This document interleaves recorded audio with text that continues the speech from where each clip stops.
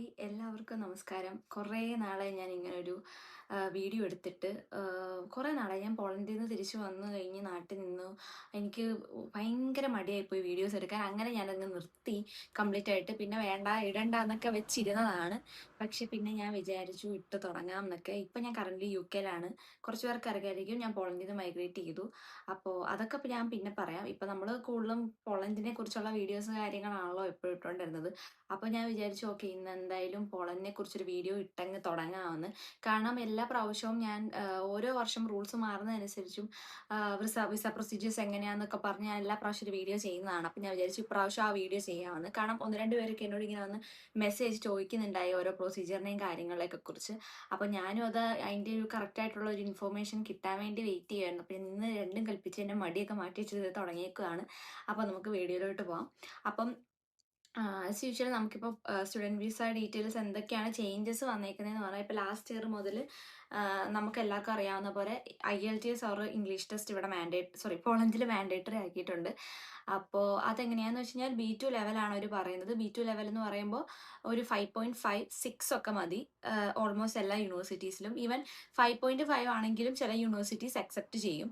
So അതാണ് മെയിനായിട്ട് വന്നേക്കുന്നത്. അതിൽ ചേഞ്ചസ് ഒന്നുമില്ല. ലാസ്റ്റ് ഇയർ മുതൽ വന്നിട്ടുള്ളൊരു റൂളാണ് IELTS മാൻഡേറ്ററി ആക്കി എന്നുള്ളത്.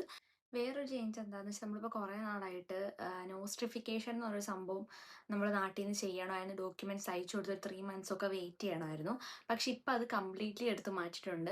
ഇപ്പം നോസ്ട്രിഫിക്കേഷൻ മാറി പഴയ പോലെ തന്നെ നവയിലോട്ട് വന്നിട്ടുണ്ട്. അതായത് നോസ്ട്രിഫിക്കേഷൻ ചെയ്യുന്നത് പോലെ കോംപ്ലിക്കേഷൻസോ ടൈം ഒത്തിരി വേസ്റ്റ് ചെയ്യാനോ അങ്ങനെയൊന്നും അതിൻ്റെ ഒന്നും ആവശ്യമില്ല. അതുപോലെ പൈസ ആവുന്നില്ല. അപ്പോൾ നോ കോസ്റ്റ് ആണ് ഇതിന്.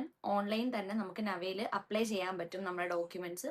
സോ അങ്ങനെയാണ് ഇപ്പം ആ പ്രൊസീജിയർ ചേഞ്ച് ആയിട്ടുണ്ട്. അപ്പം നേരത്തെ പോലെ നമ്മൾ നോസ്ട്രിഫിക്കേഷൻ ചെയ്ത് 3 മാസമൊക്കെ നമ്മൾ നമ്മുടെ ഡോക്യുമെൻറ്റ്സ് അയച്ചു കൊടുത്ത് പൈസ അടച്ച് ചെയ്യേണ്ട കാര്യമില്ല. ഇപ്പം അത് കംപ്ലീറ്റ്ലി നമുക്ക് ഓൺലൈൻ ആക്കിയിട്ടുണ്ട്. സോ അപ്പോൾ അതും കുറച്ചുകൂടി ഇപ്പം സ്മൂത്ത് ആയിട്ടുണ്ട് നേരത്തേക്കാളും. ലാസ്റ്റ് ഇൻടേക്ക് വരെ അത് കുറച്ച് ഹാർഡായിരുന്നു. അപ്പം നവേ അതായതുകൊണ്ട് നമുക്ക് കുറച്ചുകൂടി ഈസിയാണ്. ഓൺലൈൻ തന്നെ അപ്ലൈ ചെയ്യാം. അങ്ങനെ കുറേ ബെനിഫിറ്റ്സ് ഇപ്പം അതുകൊണ്ട് ഉണ്ടായിട്ടുണ്ട്. അതാണ് മെയിനായിട്ട് വന്നേക്കുന്ന അടുത്ത ചേഞ്ച് എന്ന് പറഞ്ഞാൽ. അതാണ് ഏറ്റവും മെയിനായിട്ട് എടുത്ത് പറയേണ്ട കാര്യം എന്ന് പറഞ്ഞാൽ ഇപ്പോഴത്തെ പുതിയ റൂള് വെച്ചിട്ട്, അതായത് പോളിഷ് ഗവൺമെൻറ്റിൻ്റെ ലിസ്റ്റിലുള്ള, അതായത് ലൈസൻസ്ഡ് ആയിട്ടുള്ള യൂണിവേഴ്സിറ്റിയിലല്ല നമ്മൾ പഠിക്കുന്നെങ്കിൽ നമുക്ക് പാർട്ട് ടൈം ചെയ്യാൻ പറ്റത്തില്ല. സോ ഗവൺമെൻറ്റിൽ ഒരു ലിസ്റ്റ് ഉണ്ട്, ഇത്ര യൂണിവേഴ്സിറ്റീസ് അതിൽ ഉണ്ടാവും.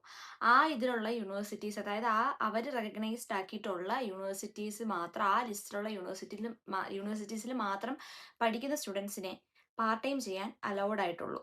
അല്ലാത്ത സ്റ്റുഡൻസിൻ്റെ ഓപ്ഷൻ എന്ന് പറഞ്ഞാൽ അവർ അങ്ങനെ അല്ലാതെ പോയിട്ട് പഠിക്കുന്ന ലിസ്റ്റിലില്ലാത്ത യൂണിവേഴ്സിറ്റീസിലാണ് നിങ്ങൾ പോയിട്ട് അഡ്മിഷൻ എടുത്ത് പഠിക്കുന്നതെന്നുണ്ടെങ്കിൽ നിങ്ങൾക്ക് ഡയറക്റ്റ് വർക്ക് ചെയ്യാൻ പറ്റത്തില്ല. നിങ്ങൾ തന്നെ നിങ്ങളുടെ സ്വന്തം ഇതിൽ തന്നെ പൈസ കൊടുത്തോ അല്ലെ എങ്ങനെയാണെന്ന് വെച്ചാൽ നിങ്ങളുടെ സ്വന്തം ഇതിൽ തന്നെ നിങ്ങൾ വർക്ക് പെർമിറ്റ് എടുത്താൽ മാത്രമേ നിങ്ങൾക്ക് വർക്ക് ചെയ്യാൻ പറ്റത്തുള്ളൂ. അതാണ് മെയിനായിട്ട് വന്നേക്കുന്ന ഒരു പുതിയ റൂൾ എന്ന് പറഞ്ഞാൽ. അപ്പം സോ നമ്മളെപ്പോഴും നമ്മളെന്താ പറയുന്നത്, യൂണിവേഴ്സിറ്റി നോക്കിയെടുക്കുമ്പം നന്നായിട്ട് നോക്കിയെടുക്കുക. ഏജൻസീസ് പറയുന്നതിൽ മാത്രം കുഴി പോയി ചാടാതിരിക്കുക. നിങ്ങൾ എടുക്കുന്ന യൂണിവേഴ്സിറ്റി ഈ ഗവൺമെൻറ് ലിസ്റ്റിലുള്ളതാണോ, അപ്രൂവ്ഡ് ആയിട്ടുള്ള യൂണിവേഴ്സിറ്റി ആണോ എന്നുള്ളത് നോക്കുക. ചെന്ന് കഴിഞ്ഞിട്ട് പിന്നെ ഒരു റിസ്കിലേക്ക് പോവല്ല. അടുത്ത പിന്നെ എന്താ പറയാനുള്ളതെന്ന് വെച്ച് കഴിഞ്ഞിട്ട്, ഏജൻസി ചൂസ് ചെയ്യുമ്പം നിങ്ങളുടെ യൂണിവേഴ്സിറ്റി ആ ലിസ്റ്റിലുള്ളതാണോ എന്നുള്ളത് കൺഫേം ചെയ്യുക. ഏജൻസിയാണ് ഇപ്പോൾ അവർക്ക് അവരുടെ എന്താ പറയുന്നത് ബെനിഫിറ്റ് നോക്കിയിട്ടാണെങ്കിലും അവരെപ്പോഴും നമുക്ക് ചെയ്യുള്ളൂ. സോ എപ്പോഴും നമ്മൾ എടുക്കുന്ന യൂണിവേഴ്സിറ്റീസ് പക്കയായിട്ട് നോക്കുക. അറിയാമല്ലോ പോളണ്ടിൽ ഏറ്റവും സ്ട്രിക്റ്റ് ആയിട്ടുള്ള കാര്യങ്ങളാണ് ഈ ഡോക്യുമെന്റേഷൻ, ഇന്റർവ്യൂ എന്നൊക്കെ ഉള്ളത്. സോ അതൊക്കെ പ്രോപ്പറായിട്ട് ചെയ്യാൻ അറിയുന്നവരുടെ മാത്രം കയ്യിൽ കൊടുക്കുക. ഏജൻസീസും ലൈക്ക് സ്കാം ആണെന്നല്ല ഞാൻ പറഞ്ഞത്, സ്കാം എന്നായിരിക്കത്തില്ല. ചിലപ്പോൾ എന്തെങ്കിലും രീതിയിൽ നമ്മളെപ്പോഴും നമ്മുടെ ഭാഗം നോക്കി ക്ലിയർ ആക്കി വെക്കുക. കാരണം നമ്മൾ വരുന്നതെന്ന് പറഞ്ഞാൽ വേറൊരു നമുക്കൊരു പരിചയമില്ലാത്തൊരു കൺട്രിയിലോട്ടാണ്. സോ അവിടെ വരുമ്പോൾ നമുക്ക് ഓരോരോ ബുദ്ധിമുട്ടുള്ള കുഴിയിൽ ചെന്ന് ചാടി കഴിഞ്ഞ് കഴിഞ്ഞാൽ നമുക്ക് രക്ഷപ്പെടണമെങ്കിലോ പിന്നെ മാറണമെങ്കിലോ നമ്മൾ തന്നെ കിടന്ന് ഓടേണ്ടി വരും. So be aware. എപ്പോഴും അത് മാത്രം നോക്കിയെടുക്കുക. പിന്നെ എടുത്തു പറയേണ്ട ഒരു സീൻ എന്ന് പറഞ്ഞാൽ TRC കോംപ്ലിക്കേഷൻ സ്റ്റിൽ പോളണ്ടിലുണ്ട്. എന്ന് വെച്ച് കഴിഞ്ഞാൽ നേരത്തെ TRC നമ്മൾ ഡയറക്റ്റ് കൊണ്ട് അപ്ലൈ ചെയ്തിട്ട് അങ്ങനത്തെ ഒരു എന്താ പറയുക ഭയങ്കര ചടങ്ങ് പിടിച്ചൊരു പ്രോസസ്സായിരുന്നു. ഇപ്പോഴും അങ്ങനെയൊക്കെ തന്നെ എന്താ പറയുക വെച്ച് കഴിഞ്ഞാൽ ഇപ്പം അത് ഓൺലൈൻ ആക്കിയിട്ടുണ്ട്. TRC ആപ്ലിക്കേഷൻ എല്ലാം നമ്മൾ ചെയ്യേണ്ടത് ഇപ്പോൾ ഓൺലൈൻ ത്രൂ ആണ്. നമ്മളൊന്നും ചെന്നിട്ട് എന്താ പറയുക അവിടെ ചെന്ന് നമ്മൾ ഡോക്യുമെന്റ്സ് ഒന്നും കൊടുക്കേണ്ട കാര്യമില്ല. എല്ലാം ഓൺലൈനാണ്. ബട്ട് പ്രശ്നം എന്താണെന്ന് വെച്ചാൽ ടൈം ഇപ്പോഴും എടുക്കുന്നുണ്ട്. നല്ല ലാഗ് ഉണ്ട്.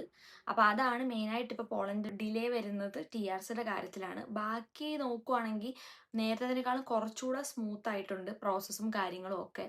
സോ പോളണ്ട് ചൂസ് ചെയ്യുന്നത് കൊണ്ട് കുഴപ്പമൊന്നുമില്ല. ഇങ്ങനത്തെ കാര്യങ്ങൾ ശ്രദ്ധിച്ചാൽ പ്രശ്നമൊന്നുമില്ല. അഫോർഡബിൾ ആയിട്ടുള്ള ഓപ്ഷനാണ്. പിന്നെ നിങ്ങൾ എൻ്റെ പ്രീവിയസ് വീഡിയോസ് ഒക്കെ എടുത്ത് നോക്കിയാൽ തന്നെ അറിയാം.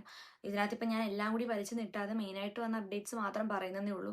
ബാക്കി നിങ്ങൾക്ക് ഡോക്യുമെന്റേഷൻ എങ്ങനെയാണ്, പ്രൊസീജിയർ എങ്ങനെയാണെന്നൊക്കെ ഉള്ളത് നിങ്ങൾ എൻ്റെ പ്രീവിയസ് വീഡിയോസ് എടുത്ത് നോക്കിക്കഴിഞ്ഞാൽ നിങ്ങൾക്ക് കിട്ടും. ഇപ്പം എടുത്ത് പറയാനുള്ളത് യൂണി നോക്കുമ്പോൾ നിങ്ങൾ നന്നായിട്ട് നോക്കിയെടുക്കുക. കണ്ട യൂണിവേഴ്സിറ്റീസ് എല്ലാം പോയി എടുത്ത് പൈസ കുറവാണ് അല്ലെങ്കിൽ ഏജൻസി ഇങ്ങനെ പറഞ്ഞു അങ്ങനെ പറഞ്ഞു എന്ന് പോയി നോക്കിയിട്ട് നിങ്ങൾ കുഴിച്ചെന്ന് ചാടിനെ എടുത്തു കഴിഞ്ഞാൽ പിന്നെ ഒരു പണി പാളും. ഈ നമ്മൾ പോയിട്ട് സ്വന്തമായിട്ട് വർക്ക് പെർമിറ്റ് എടുക്കുക എന്നൊക്കെ പറഞ്ഞാൽ അത്ര ഈസി ആയിട്ടുള്ള കാര്യമല്ല. അല്ലെങ്കിൽ നിങ്ങൾ അതിന് കോൺഫിഡൻസ് ഉണ്ടെങ്കിൽ മാത്രം നിങ്ങൾ അതിൽ ചെയ്യുക. എപ്പോഴും നമ്മൾ ഗവൺമെന്റ് ഇതായിട്ടുള്ള യൂണിവേഴ്സിറ്റീസ് എടുക്കുന്നതാണ് നല്ലത്. നമുക്ക് ഫ്യൂച്ചറിലും അതാണ് നല്ലത്. നമ്മുടെ സർട്ടിഫിക്കറ്റ്സ് ആണെങ്കിലും എല്ലാ കാര്യങ്ങളും കൊണ്ടും നമുക്ക് ഗവൺമെന്റ് എപ്പോഴും അപ്രൂവ്ഡ് ആയിട്ടുള്ള ആ ലിസ്റ്റിലുള്ള യൂണിവേഴ്സിറ്റീസ് മാത്രം ചൂസ് ചെയ്യുന്നതാണ് എപ്പോഴും ബെറ്റർ.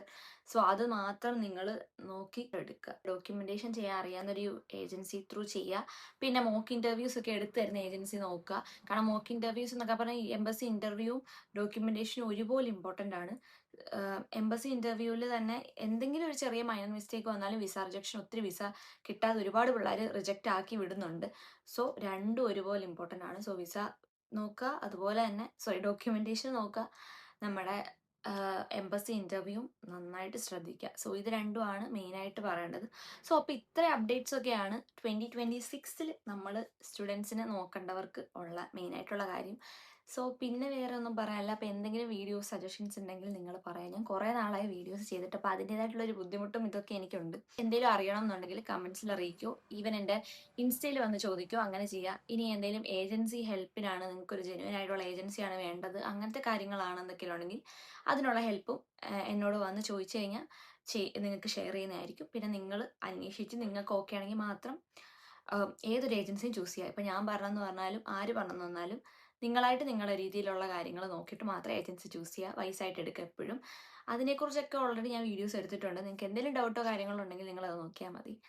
അപ്പോൾ അത്രേ ഉള്ളൂ ഈ വീഡിയോയിൽ പറയാനുള്ളത്. സോ ഇത് ചെറിയ കാര്യങ്ങൾ പറഞ്ഞിട്ട് പോകാമെന്ന് വെച്ചു. അപ്പോൾ അത്രേ ഉള്ളൂ ഈ വീഡിയോ. സോ ടാറ്റാ.